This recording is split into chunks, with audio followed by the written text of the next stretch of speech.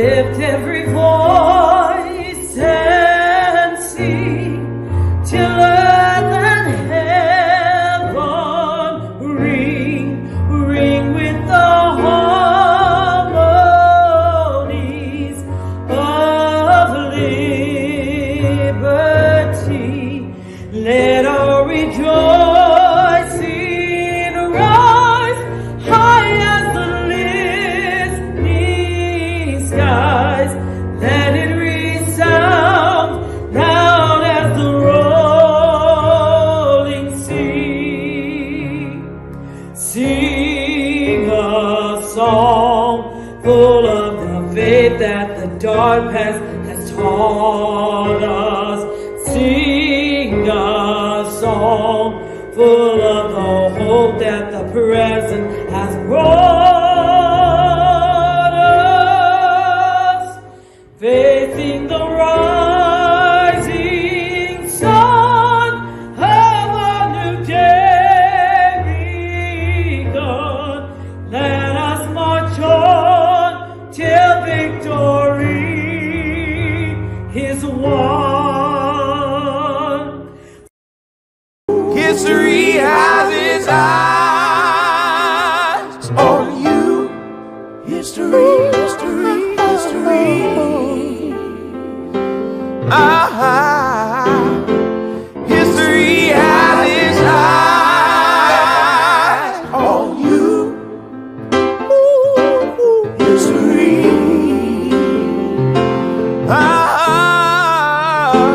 History has its eyes on you. I am honored to be asked to pray at this special service today.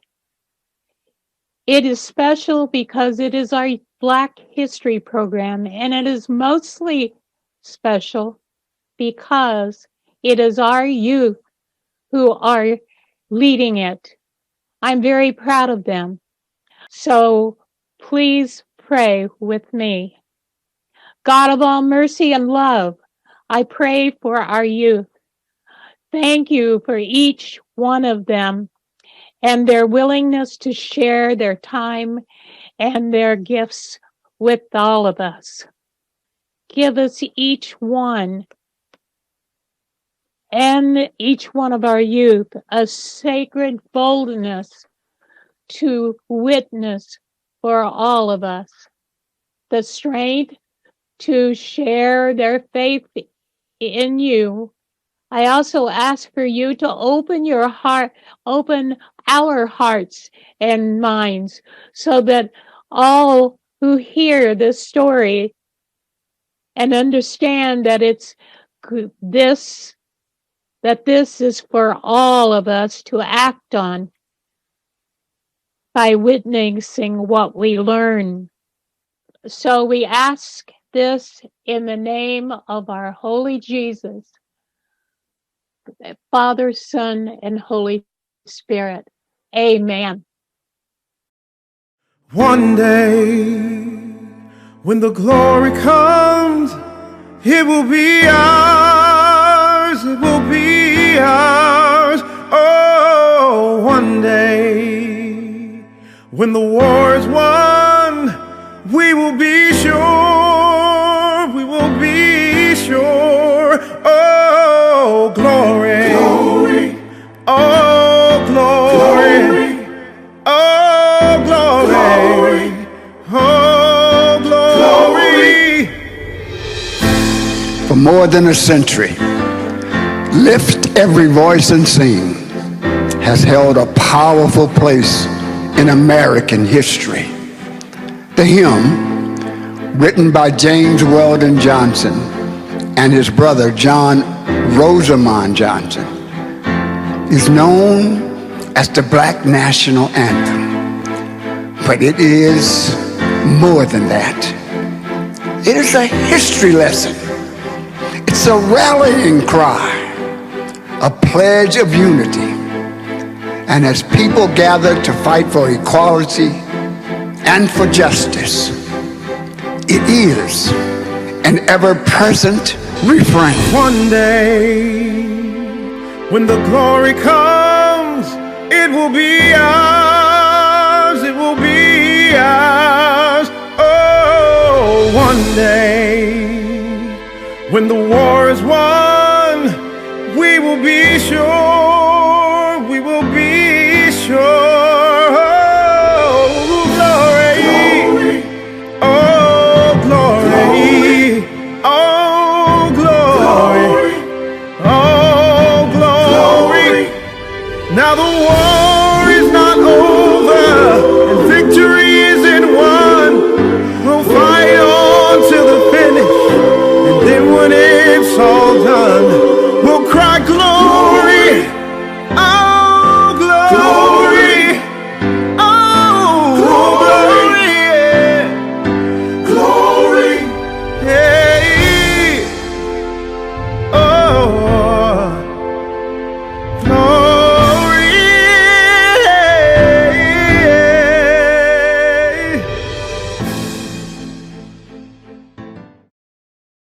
The youth group welcomes you to our annual Black History program.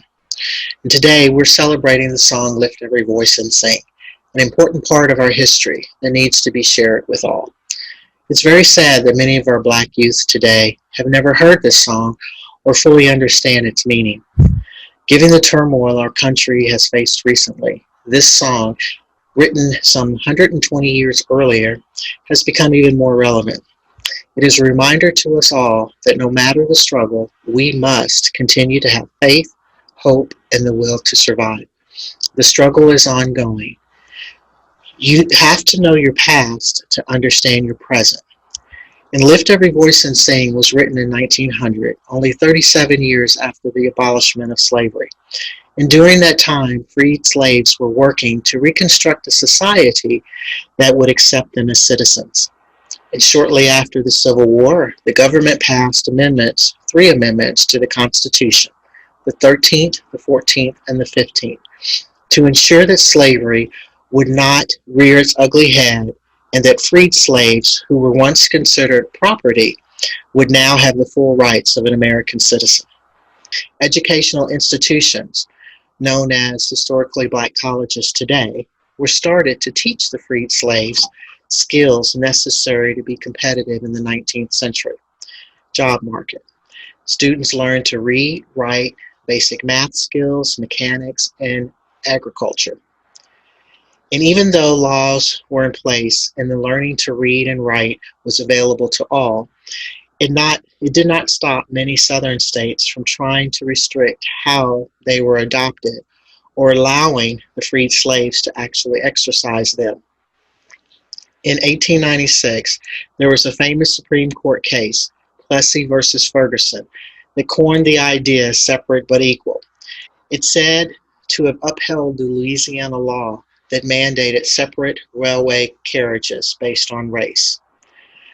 The court made the separate but equal the ruling of the land, and this eventually became known as the Jim Crow laws of the South. Intimidation, fear, and brutality was also used as a means to keep the freed slaves from exercising their rights afforded by the law. Lynching was when a mob acts as a jury and executioner became the method of choice. It was an act of terror meant to spread fear among blacks. It served the broad social purpose of maintaining white supremacy in an economic and social and political atmosphere. Times were scary and difficult, and in the midst of it all, two brothers came together to write a song that would instill hope for a better tomorrow. As so eloquently spoken by Shirley Caesar, she references Lift Every Voice and Sing as a song that speaks of a common dream, that the waves of justice and the winds of freedom will triumph over racism and oppression, and the common souls connected to God will prove stronger than common color. So I ask that you listen to our program and take a minute and reflect. And when it's all over, think about, what is this song saying to you? I was born by the river in a little tent. Oh, and just like the river, I've been running ever since.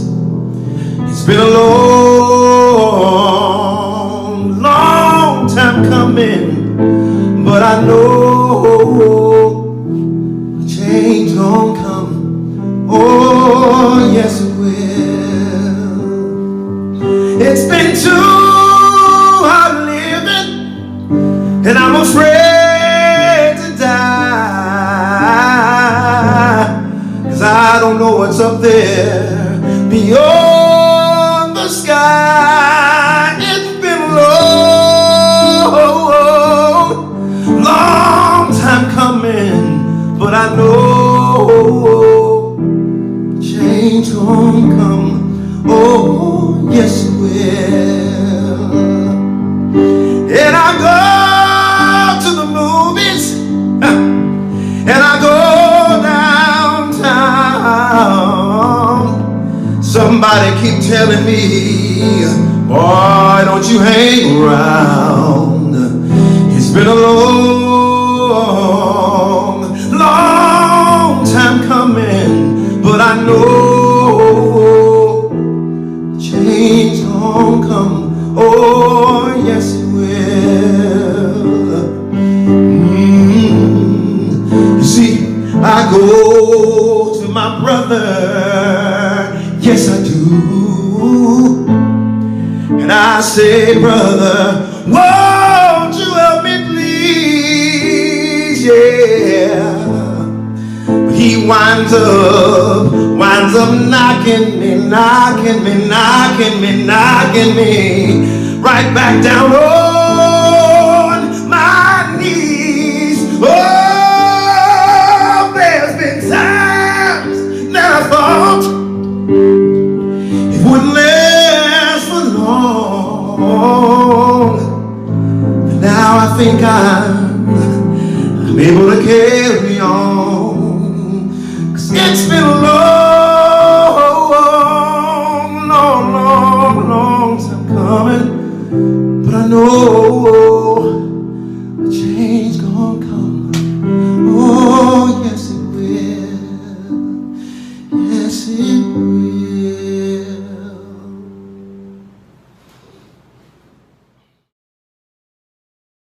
I'm an educator. I am a public speaker. I am a poet and writer. I am a lawyer. I am a school principal. I am a civil rights activist. I am a leader for my people. I am James Weldon Johnson, and I wrote Lift Every Voice and Sing. Lift every voice and sing till earth and heaven ring. Ring with the harmonies of liberty. Let our rejoicing rise high, high as the listening skies. Let it resound loud, loud as the rolling sea. Sing a song full of the faith that the dark past has taught us. Sing a song full of the hope that the present has brought us. Facing the rising sun of our new day begun, let us march on till victory is won. In verse 1 of the hymn, John Weldon Johnson refers to liberty. He imagined a time when all citizens in the United States, even those of African descent, will receive the promise of liberty. No more segregation, no more mob violence, no more lynchings, only liberty. In verse 1 of the hymn, the writer also reminds us of our faith. This lyric acknowledges the living conditions that many listeners to the song will know very intimately. Slavery, a system of brutal inhumanity, slavery instilled in those captured a will to survive, to keep marching on. Their faith reinforced that will, adding the belief that freedom and redemption will surely come, that victory will be won.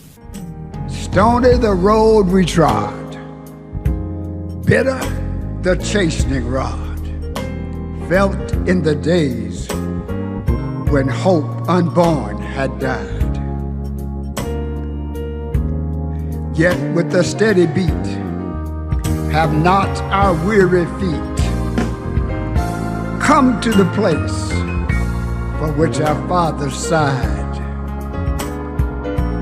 We have come over a way that with tears has been watered. We have come treading the path through the blood of the slaughtered. Out of the gloomy past, till now we stand at last, where the white gleam of our bright star is cast.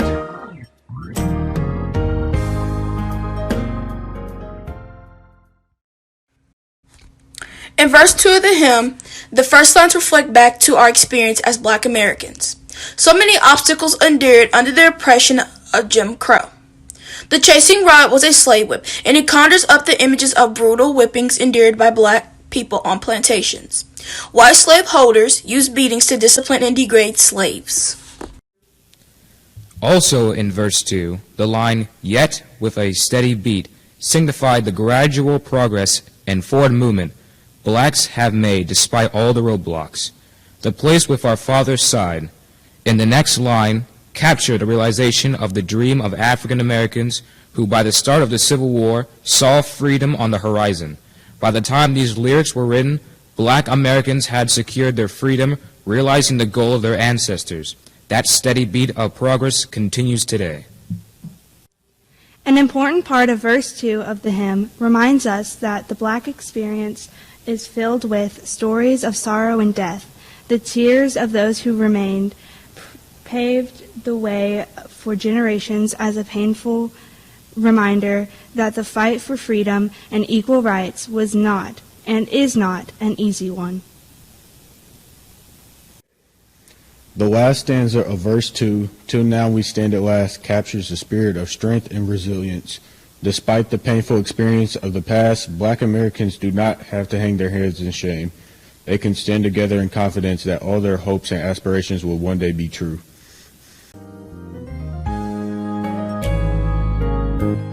God of our weary years, God of our silent tears,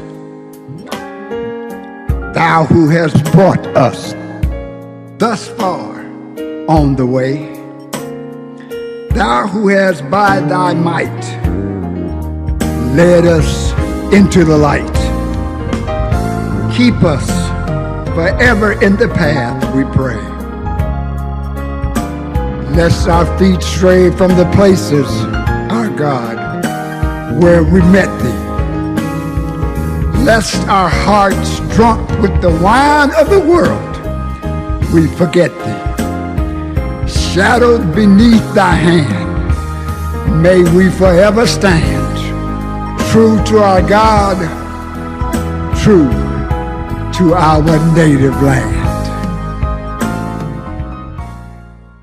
The final verse of the hymn, verse 3, is overtly religious. Churches were the key institutions in Black communities after emancipation.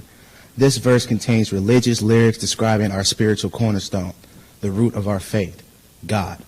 God of our weary tears, God of our silent tears. In Black worship, emotion is overtly gospel, overtly soulful. It is the groundwork for our gospel and soul music, which became the songs of the Civil Rights Movement. Lift Every Voice and Sing was at one time a history, a proclamation, and a vision for the future. It immediately resonated with Black communities and institutions. In 1919, the NAACP proclaimed it the Negro National Anthem, a full 12 years before the Star-Spangled Banner was adopted as the national anthem. It is an omnipresent part of the African American worship traditions and an enduring refrain for Black great artists. James Weldon Johnson, diplomat, writer, civil rights activist, Harlem Renaissance supporter, and anthropologist, recalls the phenomenon of the song. Someone heard it, was moved by it, and kept on singing till victory is won.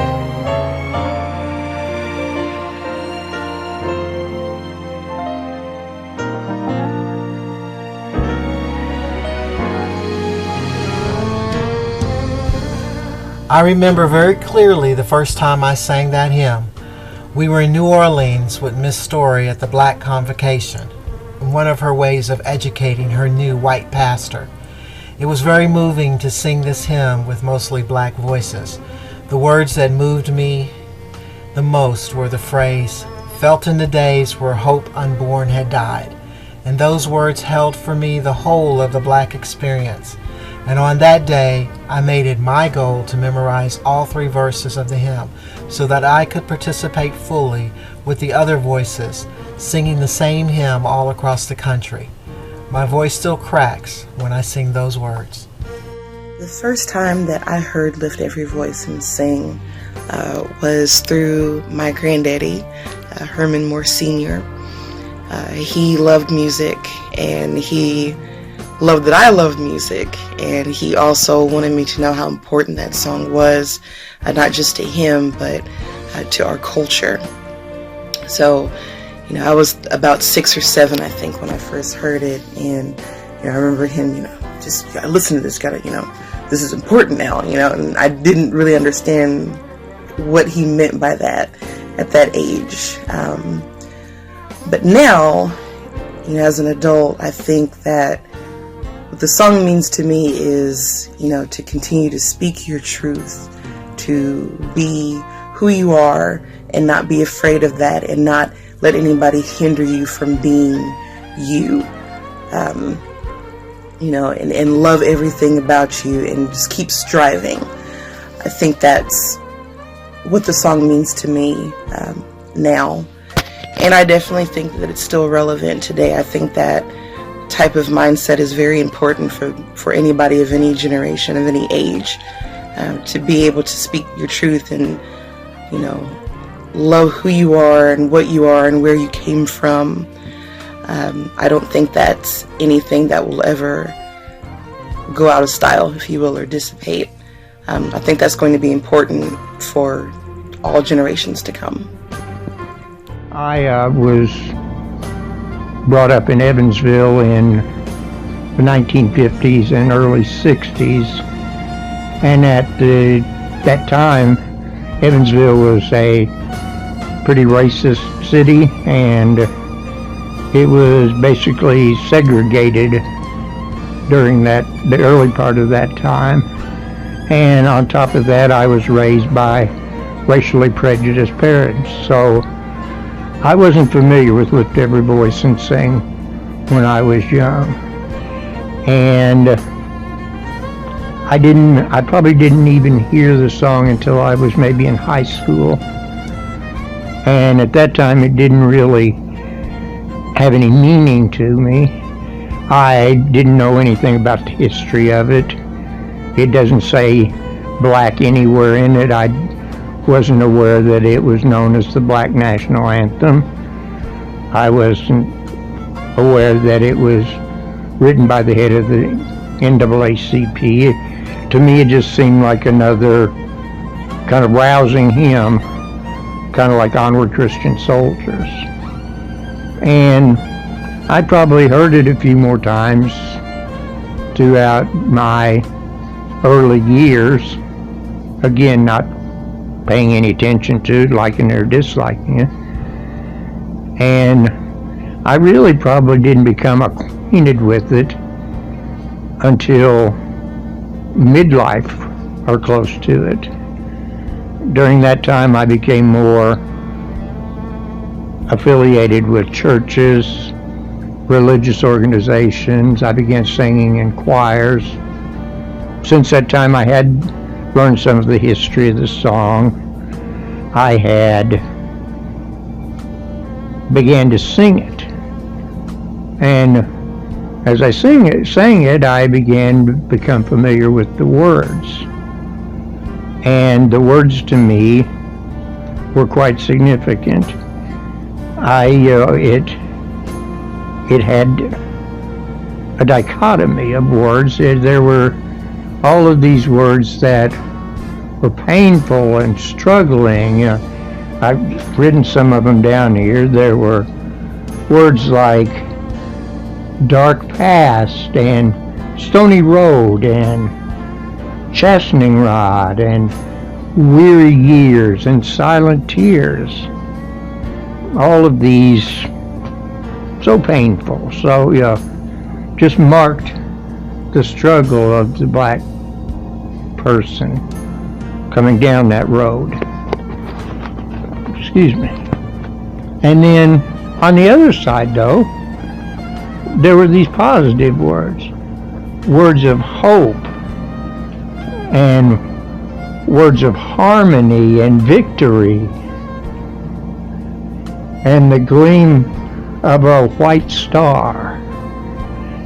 And as I looked at these and sang these, I noticed all of the negative, painful words describe the past. And all of the celebratory, positive words describe the present or the future. And the other thing I looked at, the last verse is all about God. And it talks about how God got us here. And it talks about how God will keep us here. How God will continue to move us forward.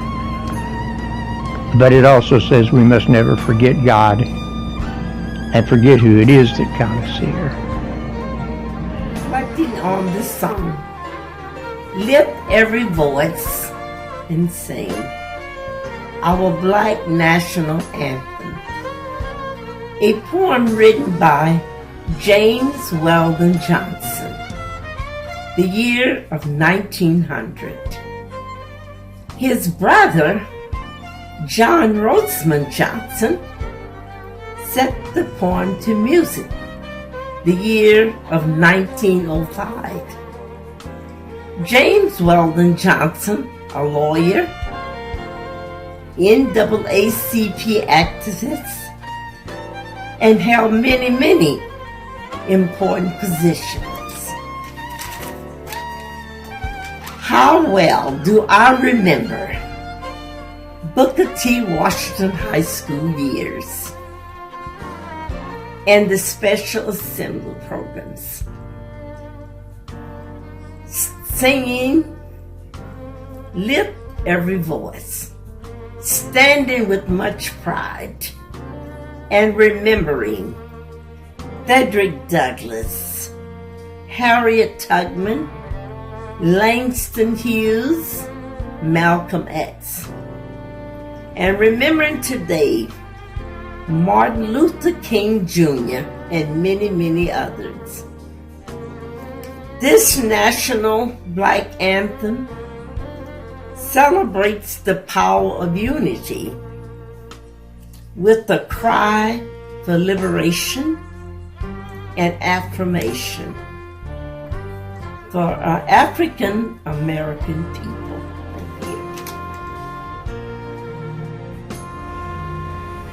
I first heard Lift Every Voice and Sing when I was 4 or 5 years old. My daddy would take me to church with him.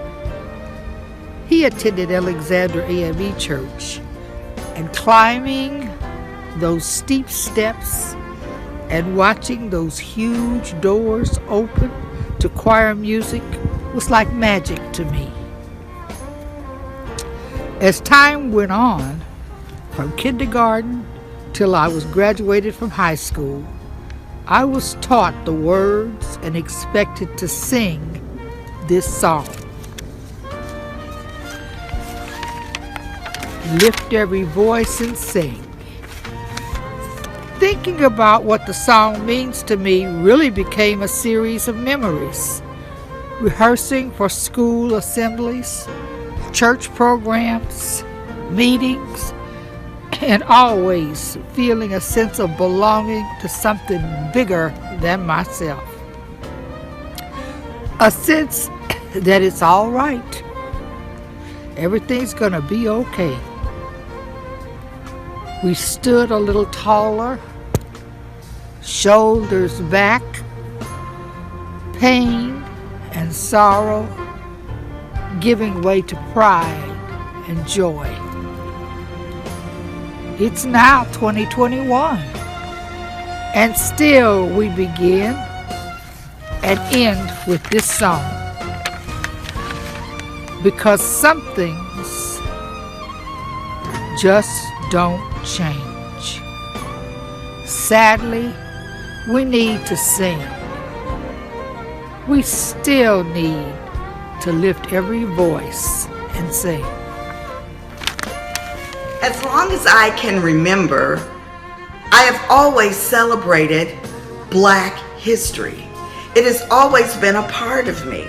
And I feel privileged to have gone to a primarily all-Black school.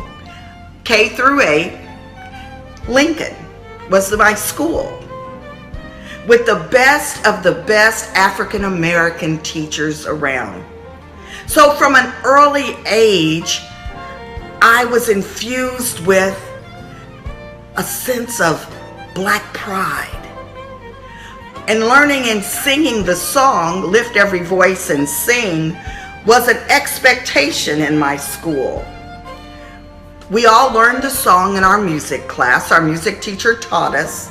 And then we sang that song at our programs. That song was our identity. That song was my identity. This hymn was proclaimed by all Black people. We claimed it and named it the Negro National Anthem. It was a reflection of our past and a hope for our future. You know, the thing that struck me most was that we as a people of color claimed that hymn and clung to that hymn long before the Star-Spangled Banner was chosen as our national anthem. There were so many parts to the words of this hymn that moved people, that moved me. The words calling for liberty, justice, and faith. They ushered me through my high school years, where I went from the comfort of my small segregated school to a larger integrated one. You know, the struggle was real in those times, and the words, "Let us march on to victory as one," kept me moving forward instead of being overcome by some of the inequalities that I saw and that I experienced. In my 32 years as a teacher, I used the song Lift Every Voice and Sing as a learning tool for my students.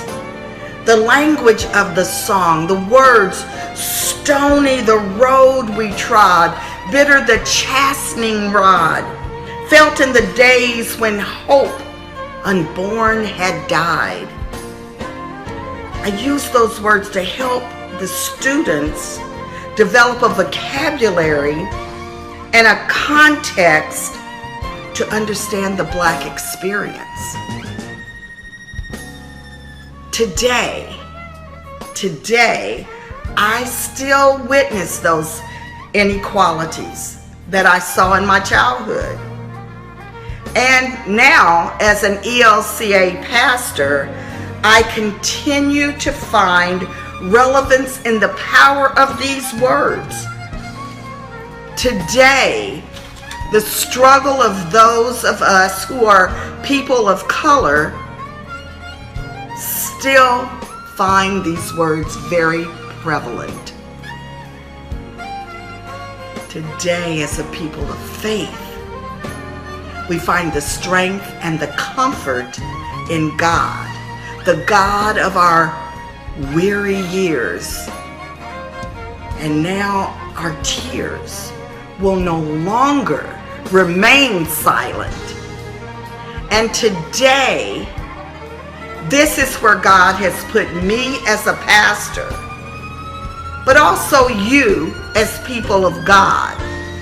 We're in the thick of life, where we participate in what God is doing by insisting on justice, by upholding human dignity, for the inclusion of all people in the life of God's church and our society. Let's lift all of our voices. Amen.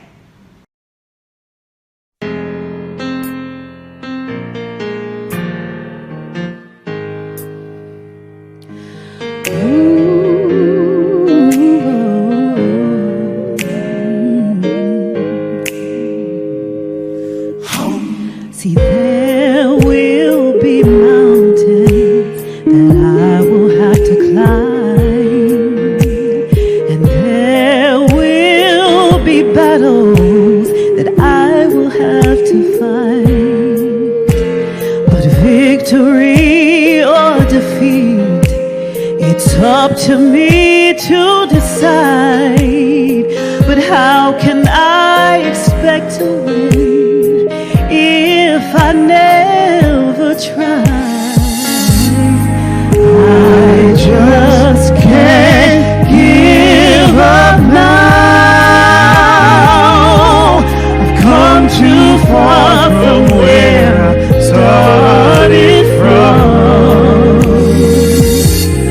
Nobody told me that the road would be easy, and I don't believe he brought me this far to leave me.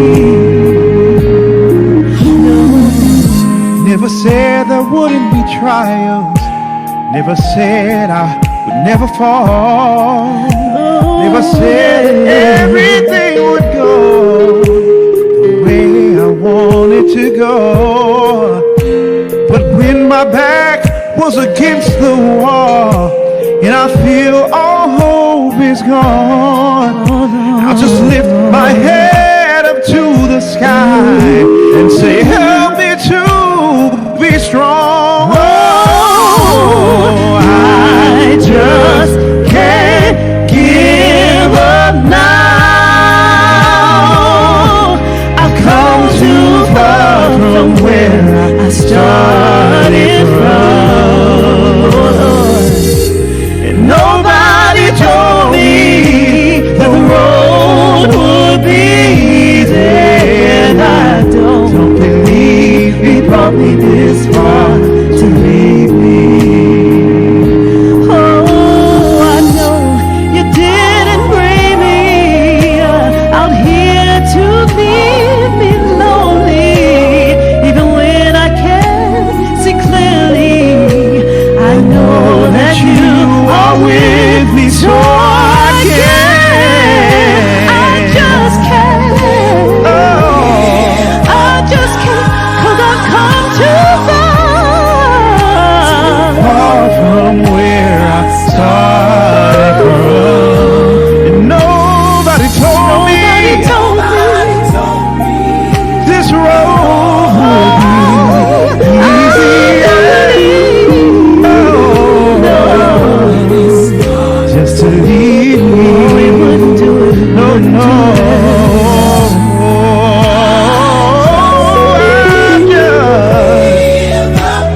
I've come too far, yeah, Lord, where I started, so far from where I started from. Nobody told me would be easy. Don't believe this far to leave me. Oh,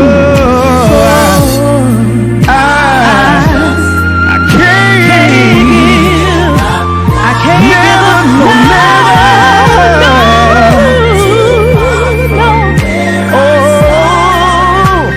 and nobody told me the road would be easy. I believe he brought me this far to leave me. Help me sing it, come on. I just give up now. Oh, I can't give up now. Come too far from where I started from. 'Cause nobody told me that the road would be easy. And I don't believe he brought me this far to leave me.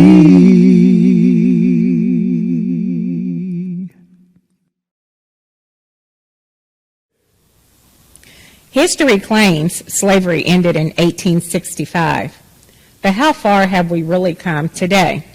Sure, we don't see enslaved blacks working on plantations. And sure, we no longer see blacks being beaten with the chastening rod because they disobeyed or disrespected the massa. And good old Jim Crow, well, let's just say we don't see the infamous segregated signs. Whites only, colored served in rear, and no niggers after dark. While we may cringe a bit when I say these words, because it's not the norm for us today, understand the effects of this time period still exist today in 2021. For example, if I were to ask you to name a popular brand of pancake mix or syrup, what would you say? The vast majority of you would answer Aunt Jemima. This was a product created in 1888 by Pearl Milling Company. The Aunt Jemima character is based on the enslaved Mammy.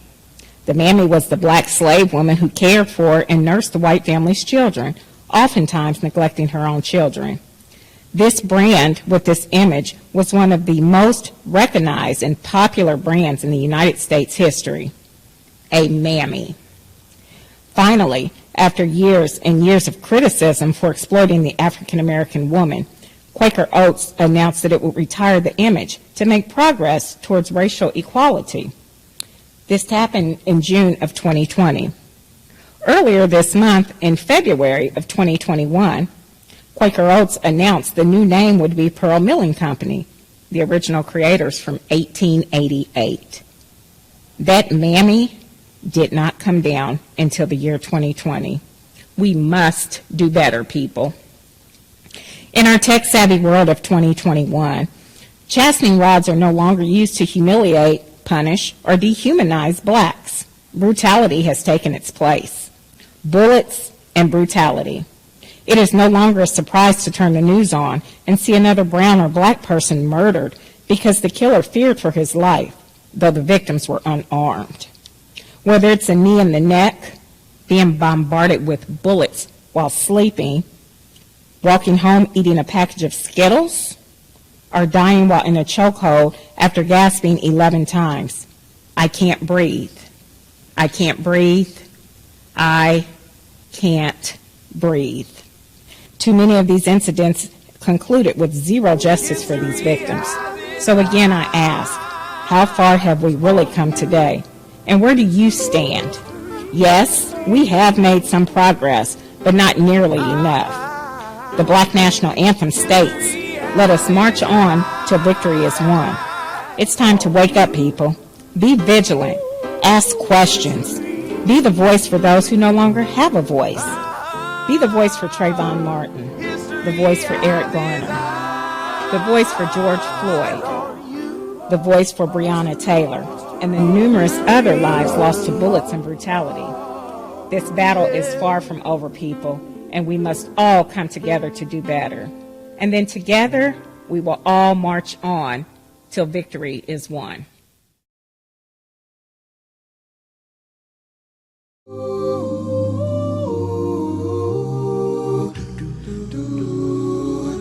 Lift every voice and sing till earth, heaven ring, ring with the harmonies of liberty. Let our rejoicing rise high as the listening skies resound the rolling sea. Sing a song full of the faith that the dark past has taught us. Sing a song full of the hope that the present has brought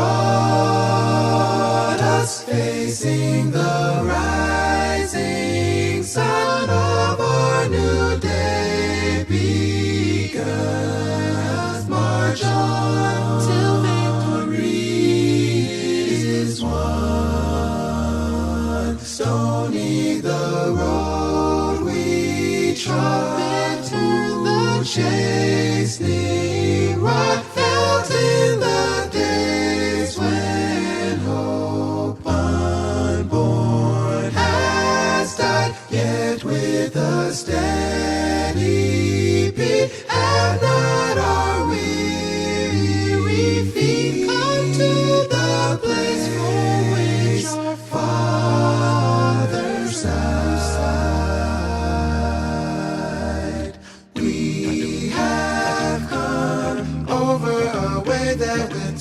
have been watered. We have come, treading our path through the blood of the slaughter, out from the gloomy past till now we stand at last, where the white gleam of our bright star is cast.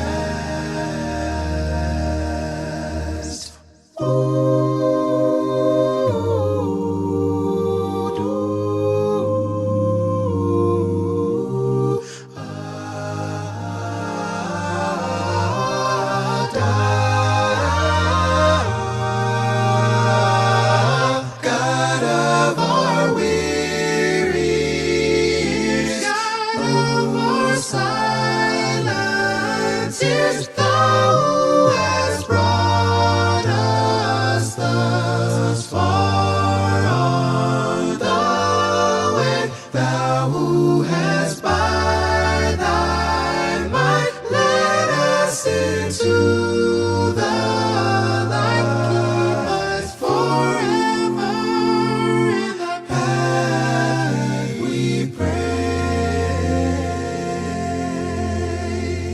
Lest our feet stray from the places, our God, where we met Thee.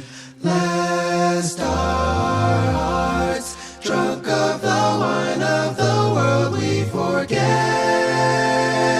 Thee. Shadow beneath Thy hand, may we forever stand. True to our God, true to our God, true to our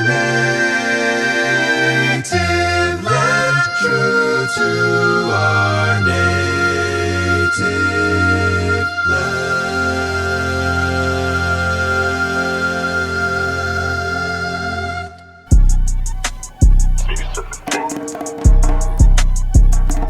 Gotta do your research. Gotta do your research. Gotta do your research, all day. Gotta do your research, all day. Gotta do your research, all day. Dedicated to Malik El Shabazz, Malcolm X, Muhammad Ali. It's great research for Black history. That's that Dr. Henry Clark, Dr. Ben Yakinen, Ashra Kwesi. You never be late. Marcus Garvey. Okay, think about it. Bob Marley. Yeah. You gotta do your research. Gotta do your research. You gotta do your research on this. You gotta do your research. Queen Nefertiti, Queen McKay, Michelle Obama, Rosa Parks, Claudia Colvin, Rudy Bridges, Katherine Johnson, great place to start. Nia Jameson, Serena Williams, James Baldwin, Arthur Ashe, Chancellor Williams, John G. Jackson, J.I.D. Diop. They only ask that you do your research. I come here tonight and plead with you. Believe in yourself and believe that you're somebody. If the Negro is to be free, he must move down into the inner resources of his